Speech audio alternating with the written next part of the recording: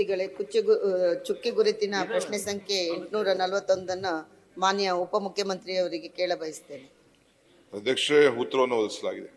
ಅಧ್ಯಕ್ಷರೇ, ಮೊದಲನೇದಾಗಿ ಮಹಿಳಾ ದಟ್ಟಣೆ ಇರುವಂತಹ ಪ್ರದೇಶಗಳಲ್ಲಿ ಏನು ತಾವು ಶೀಟ್ ಟಾಯ್ಲೆಟ್ ಅನ್ನ ನಿರ್ಮಾಣ ಮಾಡಲಿಕ್ಕೆ ಟೆಂಡರ್ ಅನ್ನ ಆಹ್ವಾನಿಸಿದ್ದೀರಿ, ಅದಕ್ಕೆ ನಾನು ಮೆಚ್ಚುಗೆಯನ್ನು ವ್ಯಕ್ತಪಡಿಸ್ತಾ ಇಲ್ಲಿ ಬರತಕ್ಕಂಥದ್ದು ಬಹಳ ನಿರ್ವಹಣೆಯ ನಾನು ಹಾಕಿದ ಪ್ರಶ್ನೆ ಬಹಳ ಶೌಚಾಲಯ ಅಂತ ಹೇಳಿದ್ರೆ ಒಂದು ಸಣ್ಣದಂತ ಎಣಿಸ್ಬೋದು ಸಭಾಪತಿಗಳೇ. ಇವತ್ತು ಸ್ಟ್ಯಾಂಡ್ ಆಫ್ ಶಿ ಸಮೀಕ್ಷೆಯಲ್ಲಿ ನಮ್ಮ ರಾಜ್ಯದಲ್ಲಿರ್ತಕ್ಕಂಥ ಅನೇಕ ಮಹಿಳಾ ಟಾಯ್ಲೆಟ್ಗಳಲ್ಲಿ ಎಲ್ಲ ಅವ್ಯವಸ್ಥೆಯನ್ನು ನಾವು ಕಾಣಲಿಕ್ಕೆ ಸಿಗ್ತಾ ಇದೆ. ಇದನ್ನು ನೋಡಿ ನಾನು ಸಮೀಕ್ಷೆಯನ್ನು ಅವರು ಕೊಟ್ಟ ಸಮೀಕ್ಷೆಯ ಆಧಾರವನ್ನು ನೋಡಿ ನಾನು ಸ್ವತಃ ಹೋಗಿ ಭೇಟಿ ಕೊಟ್ಟಾಗ ಅನೇಕ ಕಡೆಯಲ್ಲಿ ಲೈಟ್ ಇದ್ರೆ ನೀರಿರಲ್ಲ, ನೀರಿದ್ರೆ ಬಾಗಿಲಿದ್ರೆ ಚಿಲ್ಕ ಇರಲ್ಲ, ಆಮೇಲೆ ಅಲ್ಲಿ ಇರತಕ್ಕಂಥ ಏನು ವಸೂಲಿಗೆ ಕೂತಂಥವರೆಲ್ಲ ವಲಸಿಗಳು, ಅವರ ಲ್ಯಾಂಗ್ವೇಜ್ ನೀರೇ ಇರಲಿಲ್ಲ. ನಾನು ಒಂದು ಕಡೆ ಹೋದಾಗ ಈ ಬೇರೆ ದೂರ ಹೋಗೋದು ಬೇಡ, ನಮ್ಮ ರಾಜಧಾನಿ ಇದು ನಮ್ಮ bus stand, main bus stand ಅಲ್ಲಿ ಕೂಡ ನೀರು ಯಾಕೆ ಅಮ್ಮ ಇಲ್ಲ ಹಾಕ್ಲಿಲ್ಲ ಅಂತ ಹೇಳಿದ್ರೆ ಟ್ಯಾಂಕರ್ ಅಲ್ಲಿ ನೀರು ತರಬೇಕು, ನೀರಿಲ್ಲ, ನೀರು ಬಿಡ್ತಾ ಇಲ್ಲ, ನೀವೇನು ದುಡ್ಡು ಕೊಡ್ತೀರಾ ನಮ್ಗೆ ಟ್ಯಾಂಕರ್ ಅಲ್ಲಿ ಹಾಕಲಿಕ್ಕೆ, ಇದೇ ಭಾಷೆಯಲ್ಲಿ ಮಾತಾಡ್ತಾರೆ. ಅವ್ರು ಮಾತಾಡುವಂತ ರೀತಿ, ಆಮೇಲೆ ಅವರಿಗೆ ಕೆಲವರಿಗೆ ಭಾಷೆನೂ ಬರಲ್ಲ, ಆಮೇಲೆ ಗಂಡಸರು ಹೆಂಗಸರು ಒಟ್ಟಿಗೆ ಇರ್ತಾರೆ, ಅಲ್ಲೇ ವಾಸ ಮಾಡುವಂಥದ್ದು ಅನೇಕ ಕಡೆಯಲ್ಲಿ. ಉದ್ಯಾನವನದಲ್ಲಿ ಎಷ್ಟು ಉತ್ತರಹಳ್ಳಿಯ ಉದ್ಯಾನವನದಲ್ಲಿ ಎಷ್ಟು ಚಂದ ಟಾಯ್ಲೆಟ್ ಅನ್ನು ಕಟ್ಟಿದ್ದಾರೆ, ಅಷ್ಟು ಚೆನ್ನಾಗಿದೆ, ಅಲ್ಲಿ ನೀರಿಲ್ಲ, ಏನು ವ್ಯವಸ್ಥೆನೇ ಇಲ್ಲ. ವಾಕಿಂಗ್ ಹೋದಾಗ ಒಮ್ಮೆ ನಾನು ಒಳಗೆ ಹೋಗಿ ನೋಡುವಾಗ ಏನು ವ್ಯವಸ್ಥೆ ಇಲ್ಲ, ಅಷ್ಟು ಕಸ ಅದು ಇದೆಲ್ಲ. ನೀವೇನಿಲ್ಲಿ ಹೇಳಿದಿರಿ ವಾರ್ಡಿಗೆ ಒಬ್ಬರಂತೆ ಅದನ್ನ ಪರಿಶೀಲನೆ ಮಾಡ್ತಾರೆ, ಆಮೇಲೆ ಏಜೆನ್ಸಿಗಳ ಮುಖಾಂತರ ಮಾಡ್ತಾರೆ.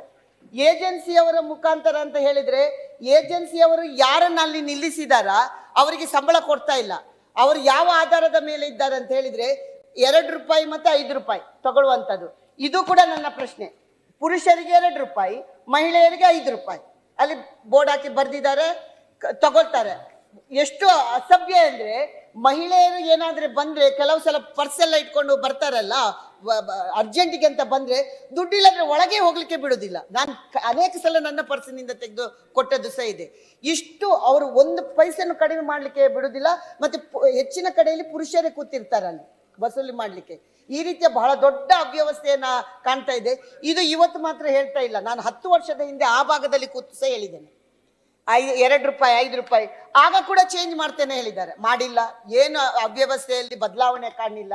ಇವತ್ತು ಕೂಡ ಅದೇ ಸ್ಥಿತಿಯಲ್ಲಿ ಎಲ್ಲ ಟಾಯ್ಲೆಟ್ಗಳು ಇರುವಂಥದ್ದನ್ನು ನಾನು ನೋಡ್ತಾ ಇದ್ದೇನೆ. ಅದರಿಂದ ದಯಮಾಡಿ ವಿನಂತಿ ಮಾಡೋದು, ಇದು ನೀವು ಇನ್ನೊಮ್ಮೆ BBMPಯಿಂದ ಇನ್ನೊಮ್ಮೆ ಅದನ್ನು ಸಮೀಕ್ಷೆಯನ್ನು ಮಾಡುವಂಥದ್ದು ಮಾಡಿಸಿ. ಸಮೀಕ್ಷೆಯನ್ನು ಮಾಡಿದಾಗ ಬಂದೇ ಬರುತ್ತಲ್ಲ ಎಲ್ಲೆಲ್ಲಿ ಇದೆ ಅಂತ.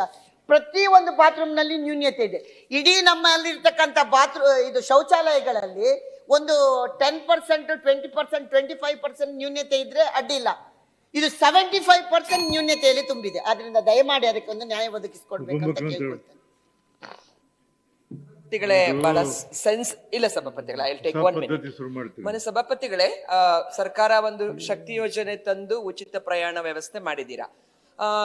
ಇವಾಗ ಡಿಜಿಟಲ್ ಪೇಮೆಂಟ್ ಬಂದ್ಮೇಲೆ ಪರ್ಸಲ್ ದುಡ್ಡು ಇಟ್ಕೊಳ್ಳೋದು ಕಡಿಮೆ.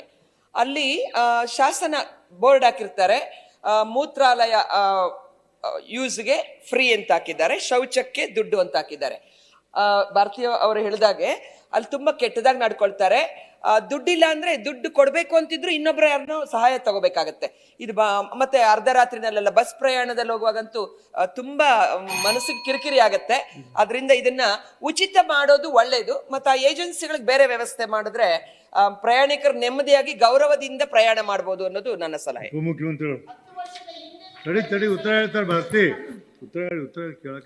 ಸರ್, ನಾನು ಭಾರತಿ ಶೆಟ್ಟಿ ಅವರಿಗೆ ನಾನು ಅಭಿನಂದಿಸ್ತೀನಿ.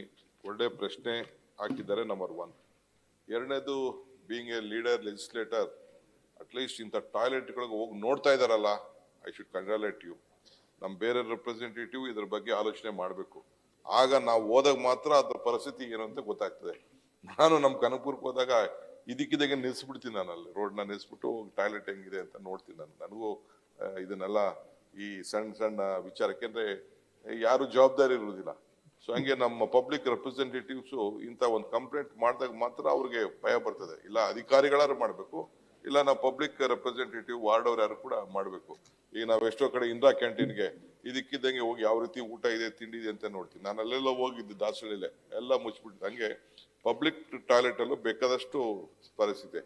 2 ರೂಪಾಯಿ 5 ರೂಪಾಯಿ ವಿಚಾರ ಏನ್ ಹೇಳ್ತಾ ಇದ್ದೀರಲ್ಲ, ನನಗೆ ಇನ್ನ ಸ್ವಲ್ಪ ಮಾಹಿತಿ ಇಲ್ಲ ಇದ್ರ ಬಗ್ಗೆ. ನಾನು ಕೆಲವು ಕಡೆ ವಿಸಿಟ್ ಮಾಡ್ತೀನಿ, ಒಂದು 5-6 ಕಡೆ ವಿಸಿಟ್ ಮಾಡಿ ಇದ್ರ ಬಗ್ಗೆ ಮಾಡ್ತೀನಿ. ಬಟ್ ನೀವು ಏನ್ ಹೇಳ್ತಾ ಇದ್ರಿ, ನಮ್ಮ ಜನಸಂಖ್ಯೆ ಆದಾದ್ಮೇಲೆ ಇನ್ನು ಸ್ವಲ್ಪ ಜಾಸ್ತಿ ಆಗ್ಬೇಕು.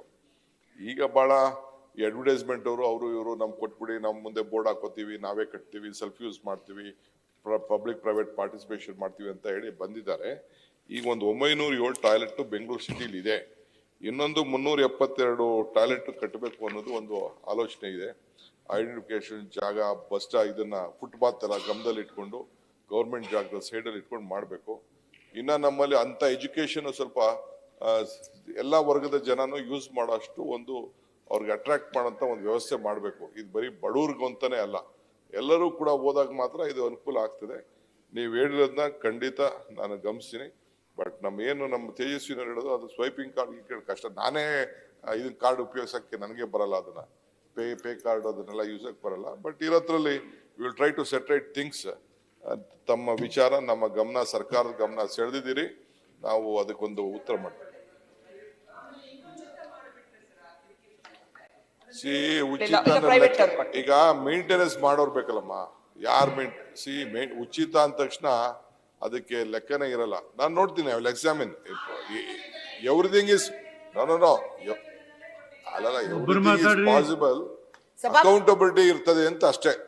ಅಕೌಂಟಬಿಲಿಟಿ ಇರೋ ದೃಷ್ಟಿಯಿಂದ ಈಗ ಬಾತ್ರೂಮ್ಗಳೆಲ್ಲ ನಮ್ಮನೆ ಬಾತ್ರೂಮ್ಗಳಲ್ಲಿ ಲೆಕ್ಕ ಹಾಕೊಳ್ಳಿ, ಬೆಡ್ರೂಮ್ಗಿನ್ನ ಬಾತ್ರೂಮೇ ಚೆನ್ನಾಗಿ ಇಟ್ಕೋತೀವಿ. ಈಗ ಅಂತ ಪರಿಸ್ಥಿತಿಯಲ್ಲಿ ನಾವು ಇದೆ.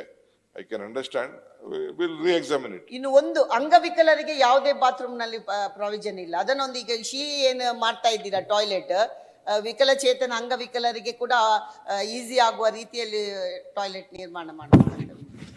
Thank you madam. News first ನಿರ್ಭೀತಿಯಿಂದ ನಿಮ್ಮ ಪರವಾಗಿ.